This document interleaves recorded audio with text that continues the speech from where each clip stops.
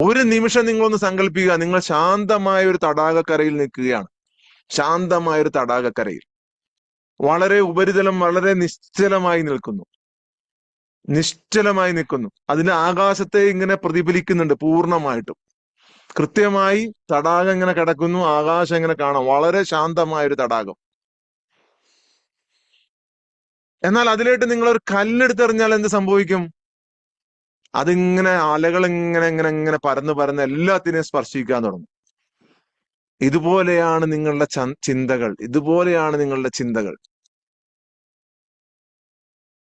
നിങ്ങളുടെ ശാന്തമായ തടാകത്തിനെ നിങ്ങളുടെ വികാരങ്ങൾ ആയിട്ട് അങ്ങനെ അലയടിക്കും. വികാരങ്ങൾ, ഈ ചിന്തകൾ നിങ്ങളുടെ ഇമോഷനായിട്ട് ഇങ്ങനെ അലയടിക്കും. സങ്കടങ്ങൾ, വിഷമങ്ങൾ, ബുദ്ധിമുട്ടുകൾ, ഓവർ തിങ്കിങ്, ആങ്സൈറ്റി, ഡിപ്രഷൻ. ശാന്തമായി കിടക്കുന്ന ആ തടാകത്തെ നിങ്ങളൊന്ന് ശാന്തമാക്കി നിർത്താൻ ആണ് ഇവിടെ ട്രെയിനിങ് തരുന്നത്. നിങ്ങളുടെ ഉള്ളിൽ വലിയ ശാന്തമായൊരു തടാകമുണ്ട്. അതിലേക്ക് കല്ലെടുത്തിടാതിരിക്കാനാണ് പഠിപ്പിക്കുന്നത്. വേറെ ഒന്നും ഇവിടെ പഠിപ്പിക്കുന്നില്ല. ആരും അങ്ങനെ ചിന്തിക്കൊന്നും വേണ്ട. എന്റെ എക്സ്പീരിയൻസ് കൊണ്ട് ഞാൻ നേടിയെടുത്ത ഒരു സംഭവമാണത്. പഠനത്തിലൂടെ നേടിയെടുത്തതാണ്.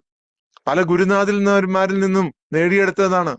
അങ്ങനെയാണ് വളരെ കുറഞ്ഞ സമയം കൊണ്ട് ഈ മനസമാധാനം, ഈ മനഃശാന്തി തരാൻ നമ്മൾ പഠിപ്പിക്കുന്നത്.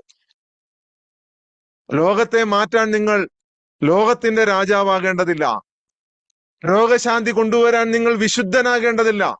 സ്നേഹത്തിന്റെ വെളിച്ചം, സമാധാനത്തിന്റെ വെളിച്ചം, ജ്ഞാനത്തിന്റെ വെളിച്ചം ആയിട്ടുള്ള ഒരു കണ്ണാടിയായിട്ട് നിങ്ങൾ മാറിയാൽ മതി. ആ ഒരു കണ്ണാടിയാണ് ഞാൻ. നിങ്ങളെ തന്നെ കാണിച്ചു തരുന്ന ഒരു കണ്ണാടി. നിങ്ങളെ തന്നെ കാണിച്ചു തരുന്ന ഒരു കണ്ണാടി. അകക്കണ്ണ് തുറപ്പിക്കാൻ ആശാൻ ബാല്യത്തിലെത്തണം. ഞാൻ ഇപ്പോഴാണ്, നിങ്ങളുടെ ബാല്യം ഇപ്പോഴാണ് ഞാൻ എത്തിയത്. അത്രേ ഉള്ളൂ, വേറെ ഒന്നുമില്ല. നിങ്ങളുടെ കണ്ണാടി നിങ്ങളെ തുറപ്പിക്കുകയാണ്.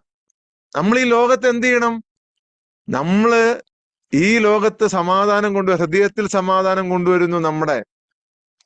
എന്നിട്ട് നമ്മൾ ഈ ലോകത്തിലൂടെ നടക്കുമ്പോൾ ഒരു വെളിച്ചമായി മാറുന്നു. മറ്റുള്ളവർ കോപത്തോടു കൂടി സംസാരിക്കുമ്പോൾ ശ്രദ്ധയോടെ നമ്മളൊന്ന് കേട്ടിരിക്കുന്നു.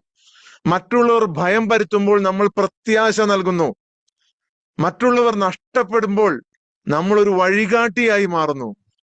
അവർ അവരെ തന്നെ നഷ്ടപ്പെടുത്തുമ്പോൾ നമ്മൾ ഒരു വഴികാട്ടിയായി മാറുന്നു. ലോകത്തിന് കൂടുതൽ ശബ്ദത്തിന്റെ ആവശ്യമില്ല. നമ്മുടെ സ്വന്തം ലോകത്തിന് കൂടുതൽ അഭിപ്രായങ്ങളുടെ ആവശ്യമില്ല.